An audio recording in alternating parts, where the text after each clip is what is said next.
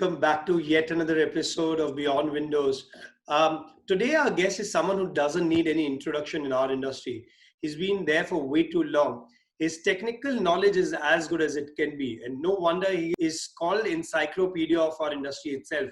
I'd like to welcome Satish Kumar, Managing Director, Emerging Markets, Asia and Australasia, Deconiks Profiles. Welcome to the show, sir. Thank you, Karan, and wish you a very happy Independence Day, and to all the viewers too. Thank you for having me on this show. Well, I've been wanting to have you forever. My question to you, rather more, is about what took you so long to come on the show? The Talaiva answer would be late vandalu latest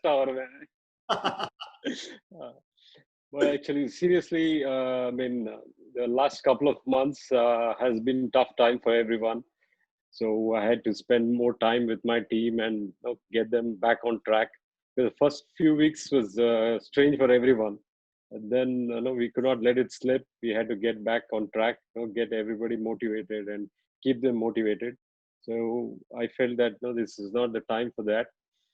And okay, I've been watching your shows and it has been pretty interesting. You have been talking to all the stalwarts of the industry. And thank you for calling me old, but I'm not really so old in the industry. There are people older than me in the industry. But yeah, I had to come here because you have been chasing me for quite some time, and other industry channel partners also insisted that I should be on this show. So thanks to you and everyone. So I'm here. Well, as you rightly said, you are someone who everyone wanted to be on the show, and it's probably a lot to do with the viewers itself. So I'm glad whatever took to get you on the show, something worked by the end of it, and I'm happy with that part right now. Before we start the interview, what I understand is your name Satish Kumar is not your complete name. If you can just tell for everyone's knowledge, what is your complete name itself, and why did you have to reduce it to Satish Kumar? My full name is Satish Kumar Prabhakar Shirole. My father's name is Prabhakar and my surname is Shirole. Yeah, but when you're traveling abroad, you kind of confuse people. They don't know how to address you. So I try to make it short, Satish Kumar. So for a very long time, people thought all Indians are either Sharmas or Kumars, because the other Sharma was in Aluplast, and so it was like Sharma or Kumar is Indian. Right. Well, I'm glad you kept it short for everyone else also, just like the way it's difficult for Mario's name to be pronounced the complete name. Won't be surprising, it's true for you as well. So yeah, we'll stick with Satish Kumar, and it's much easier for everyone, for sure. You're someone who's born and raised in Bangalore itself, spent a big part of your life initially there. Then you moved to Chennai for work, and then with that, Dubai also happened, and eventually Mumbai happened. Eventually, what is home for you? Where and what is home for Satish Kumar? Last so many years, I've been kind of living out of a suitcase. So I'm at home wherever I can or wherever I am present. But yes, yeah, my growth and career started from Bangalore. Then, like you mentioned, 1 year I was in Chennai, then back to Bangalore. And I had a short stint in Dubai. And when I decided to come back to India, it was Mumbai. So, but from I think 1999 or 2000, I've been like traveling at least 3 days a week. So it's like sometimes airports are more homely. Well, no wonder once I found you at the airport lounge itself. So yeah, probably that's a new place to find you at times and do meetings with you. Yeah. Yeah, so you're someone who's born to parents from Bangalore who worked in HMT Watch. You're born in Bangalore, I mentioned before, which is in southern part of India as well. So were these two reasons good enough for you to do engineering? Is that the reason why engineering happened to you? Growing up, I was always fond of something mechanical. I had nut bolts. I would remove it with my fingers. So mechanical engineering was the natural way to go. And yes, during those times, I think for my parents, their dream was to get all three brothers good education, and it was either engineering or medicine. And we chose engineering, all three of us. And our parents' main effort was to get us properly educated. I think that's the heritage we carry, and that is probably the only jagir we got. But But there's something, some research that I did, and I realized surprisingly, a Bangalorean being influenced by Hindi movies a lot. And during your engineering days, you had those long hairs, middle parting. I mean, those ashiki style hairstyle and all that was working out well for you. What happened over a period of time? How come everything vanished from right there? what happened? It's very easy to answer. Marriage happened. Okay, but I think being in Bangalore, first thing is you are exposed to rock. So my first, the most favorite band was Guns N' Roses. And Right. when Slash left Guns N' Roses and the band kind of got disbanded, I stopped listening to rock completely. And those were the days when you had Salman Khan's and Sanjay Dutt's coming with long hair. So the long hair continued. So no head banging stopped, but the fashion still continued. Well, I think Ashiki kind of changed the situation where you hair from the back got replaced for the hair from the front. So I still have a jacket with Guns N' Roses painting because you don't get. I mean, you never used to get those jackets in those days. So I had a friend of mine who painted it, the Guns N' Roses Appetite for Destruction, with the cross and the skulls. Um, but now let's move ahead after the engineering life for you. Your first job, you ended up working there for 3 years. This was an actuator electric motor company itself where you were working. Um, how would you define these 3 years? Did you manage to put your engineering skills to a great test there? Well, the first job also was in sales and marketing because I thought the sales and marketing will give me more exposure to understand what the customers want, what the market is going to be, and then to finally decide what I want to do with my career, with my life. So I chose marketing in an electrical actuator company. It was also a German company called Auma. This is an electrical actuator company dealing with valve automation devices, supplying to L&T, supplying to the valve division of L&T, Odco, supplying to BHEL, Forest Engineering, and a lot of other valve manufacturers. So I was 3 years there, but in those 3 years, I think a lot of things came into shape about what I wanted to do and what my skills are. I had a very good boss, Mr. M.N. Balachandra. We used to call him MNB, and he kind of molded me and helped me to draft kind of letters. And when he saw that I could draft good letters and study the tender documents properly and understand what is required, so he also made me in charge of the ISO 9001 documentation for the marketing division. So I was involved in forming the rules, forming the kind of arrangement of the files, how it is being done, monitor it, put it on a proper format. So it kind of gave me an oversight about how to run the marketing division of the company. And from the marketing, because you are part of the ISO team, you get to know how other divisions also function. So it gave me a fairly good knowledge about how industry should work and how quality parameters need to be checked and how it has to be monitored, for how many years you need to maintain the records. Well, it sounds great. 3 years spent there, and what you rightly said, probably that's what led to the great foundation, which eventually helped you in future. But then, why did the switch happen to eventually to a window industry? I mean, why not you decide to continue in engineering industry itself or engineering field itself? Why is such a switch to a window industry of everything else? Well, when I was working in Oman, I realized that we are supplying these actuators. They're installed in a couple of big projects. NTPC, most of the NTPC projects, AUMA actuators were there. So if my parents or anybody comes home and they ask, okay, where is your son working? is to say, okay, he's working in a electrical actuator company. So what does it do? How does it do? How does it look? Nobody knows. Nobody's seen it. So I wanted to be in a company where my parents can say, "Hey, my son works in this company. They make this, which is easy to see." And during that time, Hydro had an office on Tumkur Road, which had a very flashy, elevation. Or not say the facade was very interesting. And those times, nobody knew what is a facade. So this building was really standing out. So, and I saw in the newspaper an advertisement for market development engineer. I thought, okay, let me try. Nice. And with Hydro, you those were your stepping stones into the fenestration industry, and you grew rapidly within the industry and within the organization as well.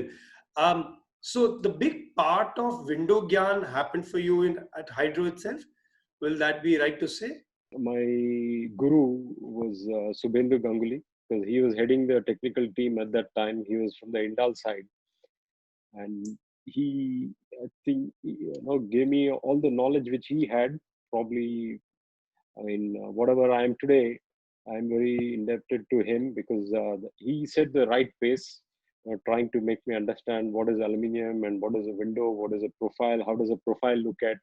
Unfortunately, Indal and Hydro decided to part in 2000, and so he had to leave abruptly.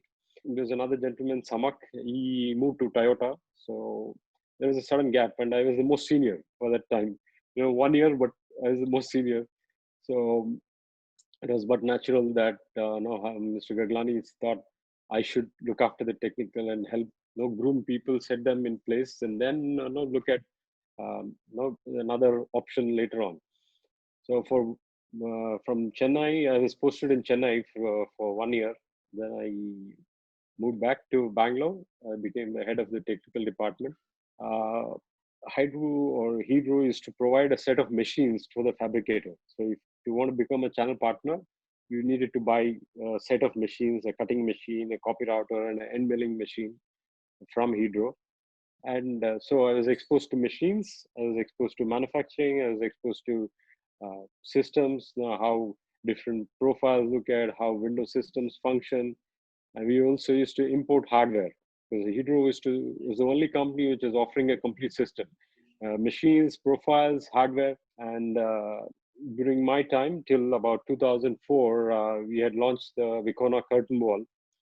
So there was a gentleman from Germany, Andre Vika. He came to Bangalore for training us. So I picked up a lot of things about curtain walling, about manufacturing of curtain walling, installation of curtain walling, thermal break, why thermal break is required, pressure equalization in curtain walling systems. So a lot of things I learned from Andre. And also he exposed me to software. Okay, we were trying to develop a software in India with a local company. We also tried with a professor from IIC, but the real software which I was exposed to was Victop. That was the first European software which I was exposed to. So I say that Subhendu, Harish Gaglani, both were really very good mentors for me. One from the technical side, another from the complete management side to groom me as a manager. And the opportunities coming. It was like being a small company, a small team, you are exposed to a lot of things. So I think it set the right stepping stone and laid the foundation for fenestration and facades. Well, no wonder big part of the learning happened in Hydro itself.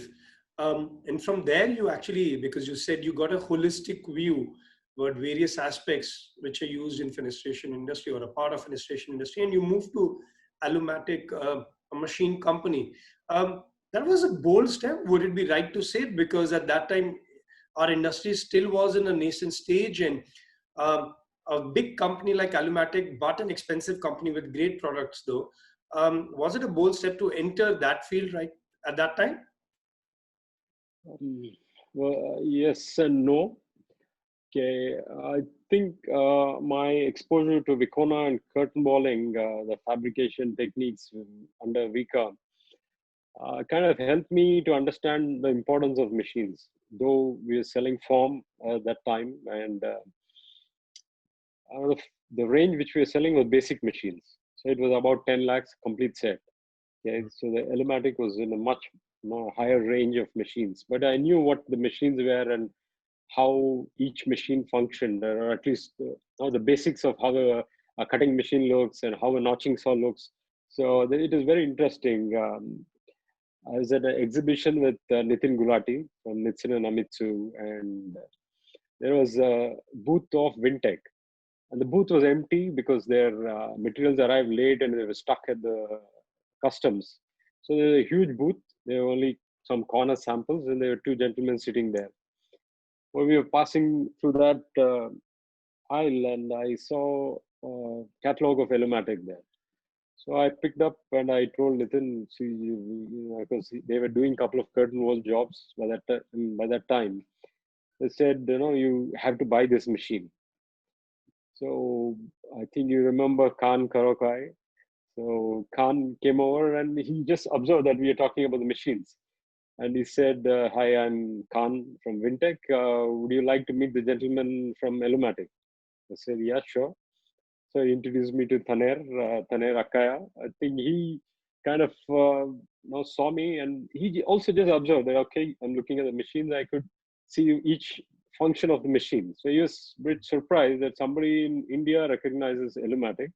So, and Taner, after a couple of days, he called me and said, we are looking for a person for India. Are you interested?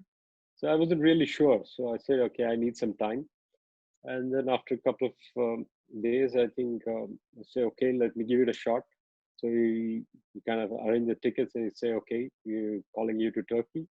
So, and one thing led to another and said, okay, so I joined in 2004 December, and from 2005 started to explore, okay, where to set up the company and how to do it. So Elomatic, I think, was a very good experience.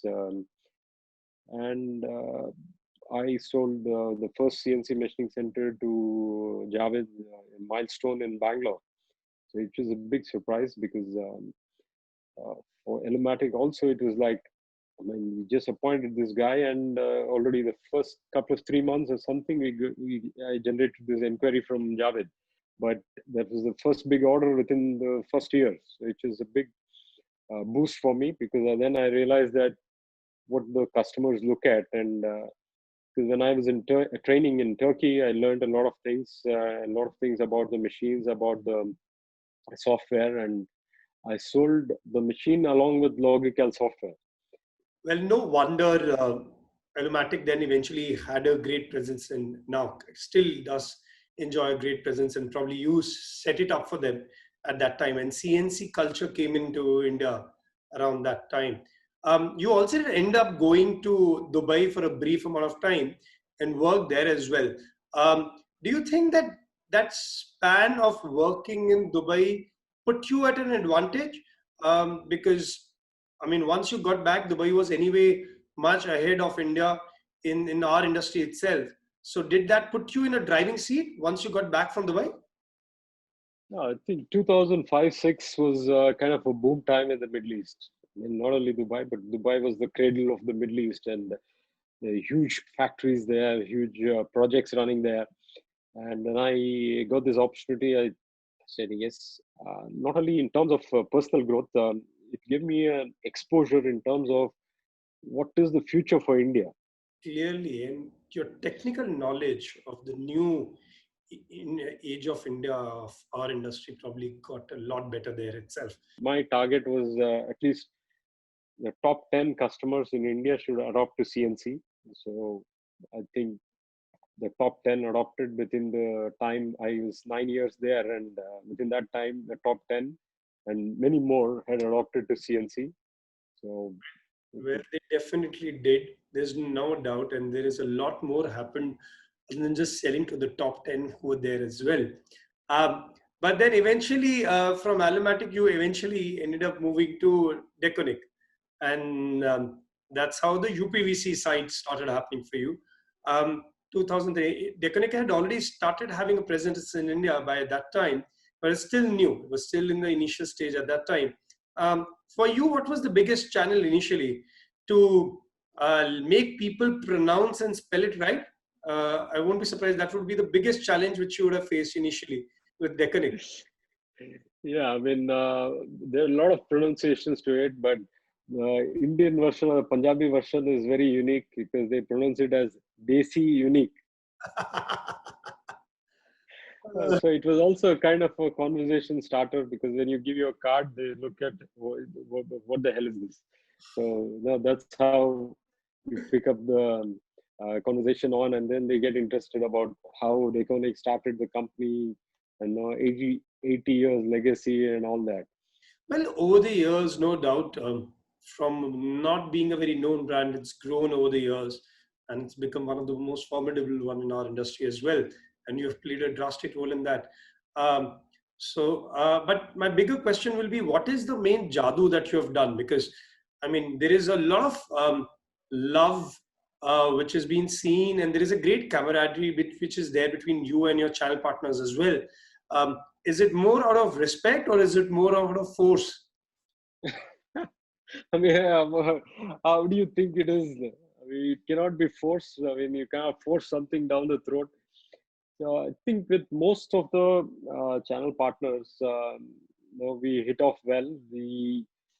Even before we sign off, there has to be a kind of vision. The vision should match, and if the vision matches, definitely a lot of things which is now in the agreement can be understood more clearly, or else people tend to read between the lines and try to misinterpret things. But when you are able to connect with people on a one-to-one basis, I think it helps a lot. And all of my channel partners, I don't think they look at me as kind of boss or a big managing director of a big company. They are able to reach to me very easily. There have been many instances where they don't know where I am, so they first message me, and then if I'm free or if I'm able to call back, I first thing is I call them back rather than to text them back.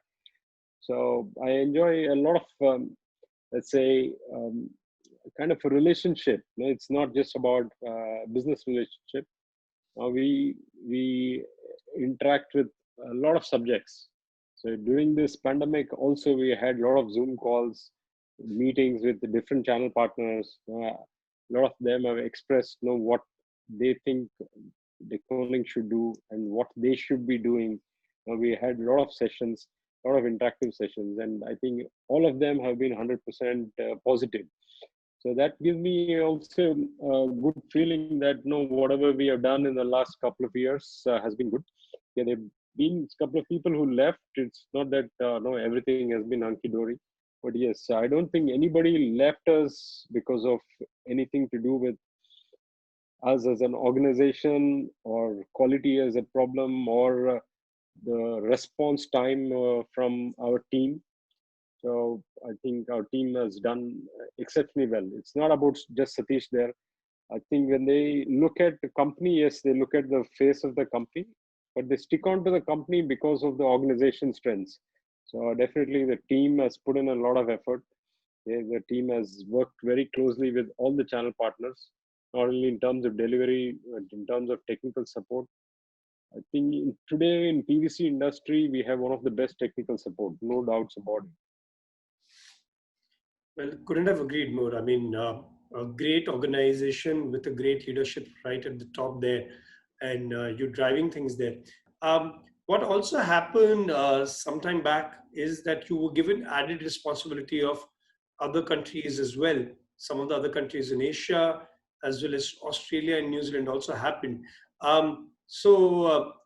Did you manage to get some time and visit Australia and New Zealand as leisure as well, and manage to see around beyond work as well?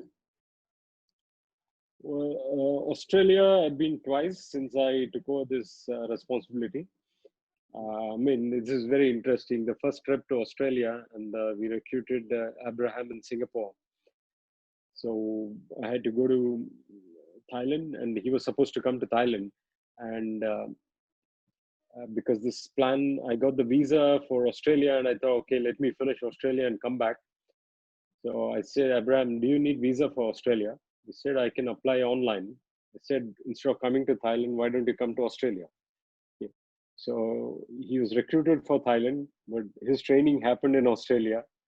So, and a couple of days in the evening, we used to go around, but not much. I'm not a person who kind of goes on a business trip and then evenings spent out.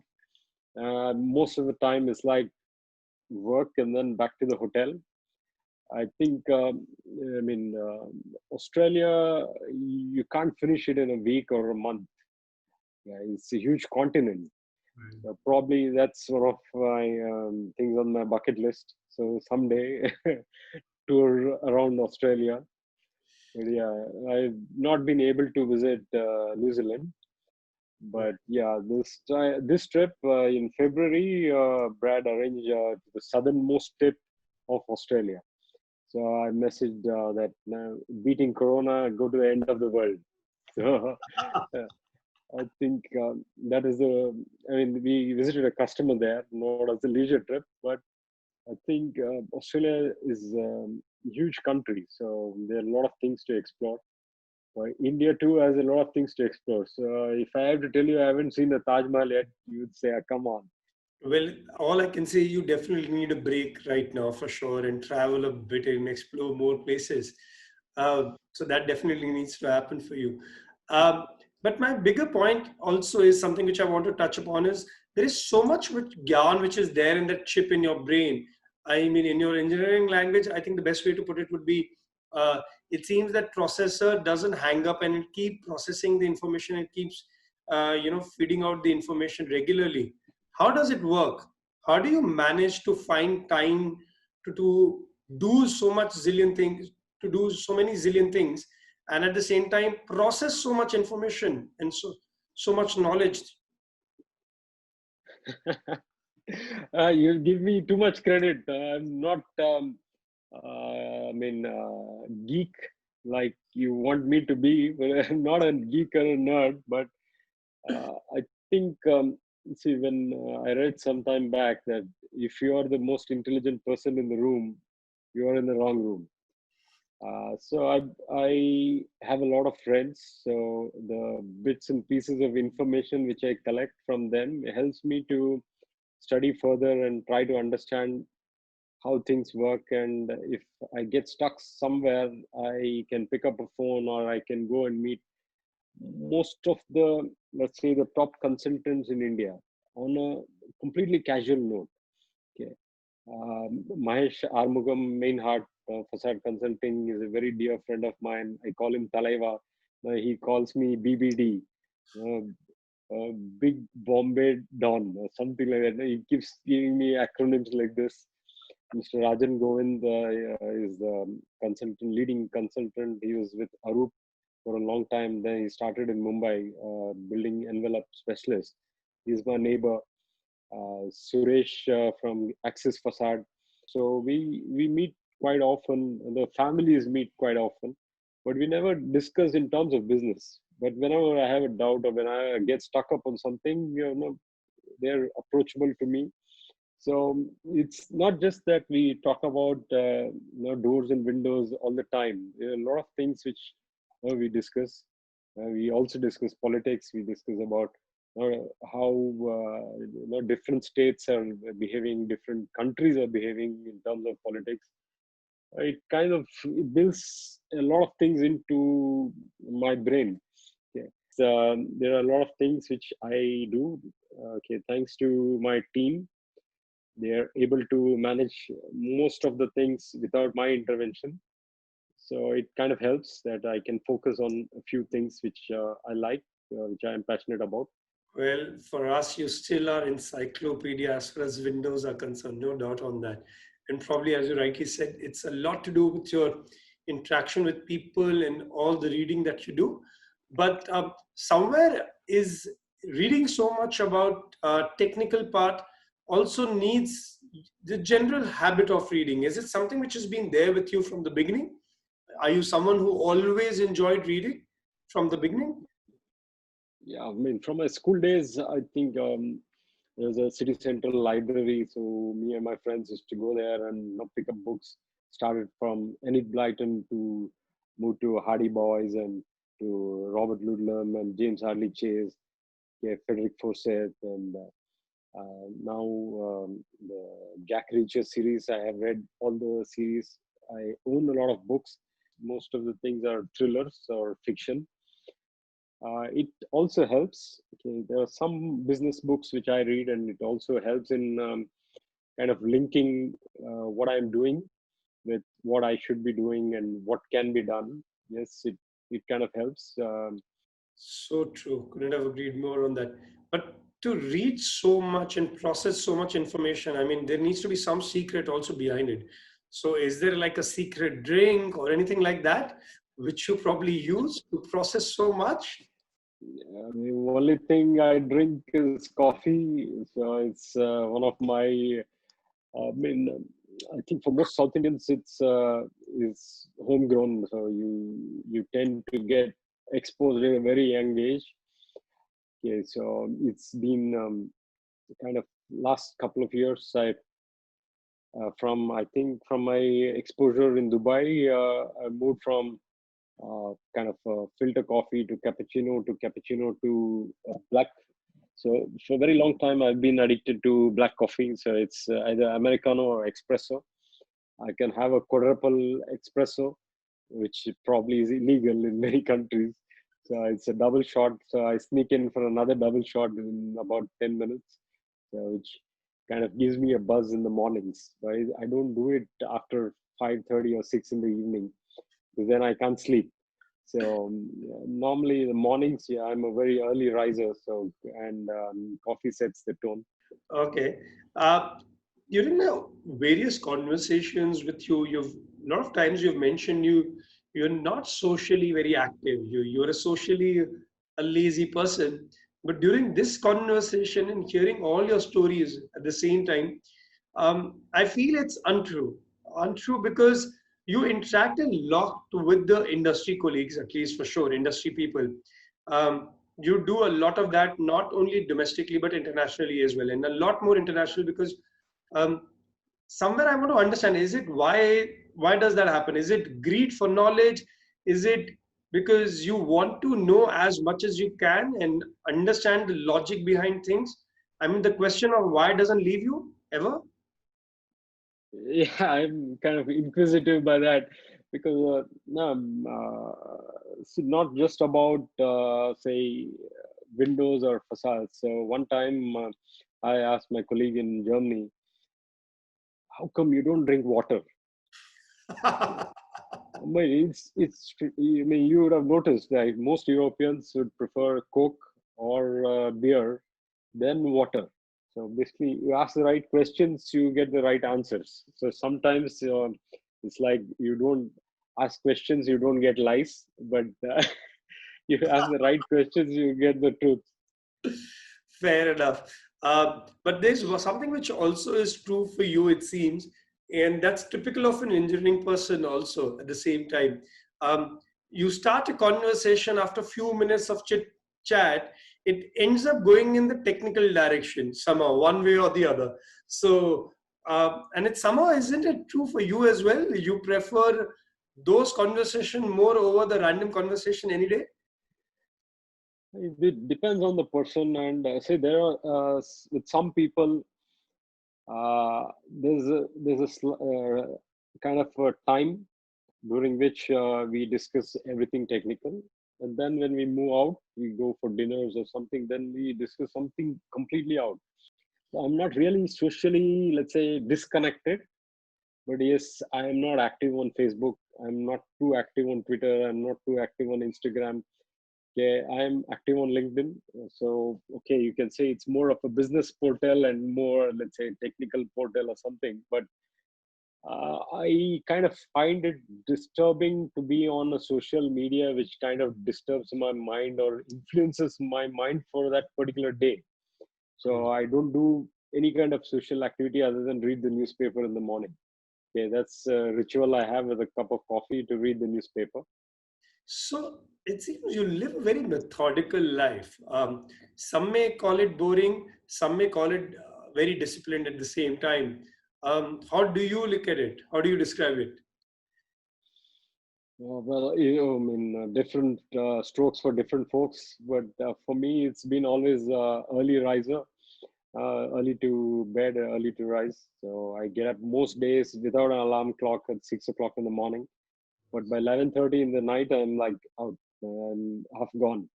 So sometimes it's very tough when you're traveling, and most times when you're in a group, it's very, very tough because somebody or the other after the dinner wants to have a drink. And the Turkish dinners are really long, 7 course, with the last one being sweets. And the sweets there are fantastic. And after the sweets, then you come back to the hotel and you have to go again to a bar to drink. It's tough, especially for me, but it's part of life. I think sticking to time kind of helps. It kind of sets, kind of self-regulates you, gives you time to do a lot of other things. Well, clearly, it seems you're running your own regime at home, also, for sure. Talking about the family, what's the most embarrassing thing that you have ever done in front of the family or has happened to you in front of the family? Well, I think when I was a kid, you used to get these perfumed erasers, the perfumed erasers, and you used to cut it into small piece, and I used to like the smell. And one time I was trying to take the smell and I inhaled it and got stuck in my nostril. So I had to be rushed to the doctor to take it out. So my mother tells this story to my kids, and my younger one is always happy to listen to this. She's always prodding my mother, tell me some more, how my dad was, how naughty he was. Well, this is very unexpected of you for sure. I don't know. Was it your again inquisitiveness which kind of made you keep doing this and understand why this happens and what works or what doesn't work? I don't know what. Probably probably my mother says that when I got back, others asked what happened, what did you try to do, and I reinserted it. So uh, probably like the curiosity killed the cat. So I was as inquisitive as a cat. Luckily, I didn't get killed. I'm glad about that. Um, you also are someone who always like to maintain a very low profile. You like to avoid controversies. Is it more of a comfort lifestyle which you live, or is it more a conscious decision of being acting this way? Well, uh, if you look at this movie, Three Idiots, it says that go after excellence, not success. You go after excellence, success will follow you. I think with excellence and success, there's something which comes with it is popularity. Okay, and once you become popular, you try to do things which make you more popular. It's kind of an addiction. So I've seen the ups and downs. So I try to avoid things which will try to make me popular. So that was one of the reasons. And I thought, okay, I don't want to be in the popularity charts of the fenestration scale or. Um, so I try to avoid it. Okay, I've been popular. I've been on different platforms earlier. For the last few years, I think I mellowed down a lot and tried to understand what is good for me, what I should be exposed to, where I should be exposed, or where I should expose myself to. So it's not that I'm an introvert kind of a person and I cannot communicate or I want to stick to a certain comfort zone. Okay, I can adapt to different situations, but socially, I kind of try to be a little distant. Sometimes a little mystery helps. Clearly and surely, I'm sure on that part. And that's why we're doing this with you, chat with you to probably, you know, get those stories out a little more and reduce those mysteries about you at the same time. But the last one for you. Industry has been great to you. You've been great for our industry at the same time. But beyond fenestration industry, what is the unfulfilled dream for Satish Kumar? What's left to explore going forward, and that may happen, may not happen in future for you? Well, I like reading books, so I've been contemplating on writing something. So I write some small articles now. Okay, it kind of gives me a lot of pleasure because it sets me free in kinds of explore a different world. So probably that's another thing on my bucket list, to write a book. So probably that will be it after my retirement or towards my retirement, to write maybe memoirs of my fenestration diaries or fenestration journey, or maybe something completely out, maybe something from mythology. Nice. And I hope this happens sometime soon, because I mean, it's something which I'm sure you'll be really good at with all the knowledge. And I hope there is something related to fenestration also, which ends up coming out in some point of time. With this, I'd like to really thank you for being on the show. It's been a task to get you on the show, but it's been a worthwhile wait. And along with me, I'm sure all the viewers, it, it it's no one could have been more happier than me, for sure, at least, to have you on the show. So thank you so much for being Thank you, and Karan. Thank spending you very time with much. us. Thank you. With this, we come to yet another end of yet another episode of Beyond Windows. What a wonderful journey it's been of his, and probably his learnings being shared with everyone. Something which probably I can take away is very easily is the fact that don't need to ape anyone. You just need to be comfortable in your own skin, and that's what's very important. One doesn't need to be very loud to make their voice heard. You just need to be very good at what you do, and that's more than enough. With this, I like to end this yet another episode, and it's been a great journey sharing lives with so many different wonderful people. And I hope you have enjoyed all of this as much as probably I have done to cover all of them together till now. Thank you so much, and Khuda Hafiz, take care. Alvida.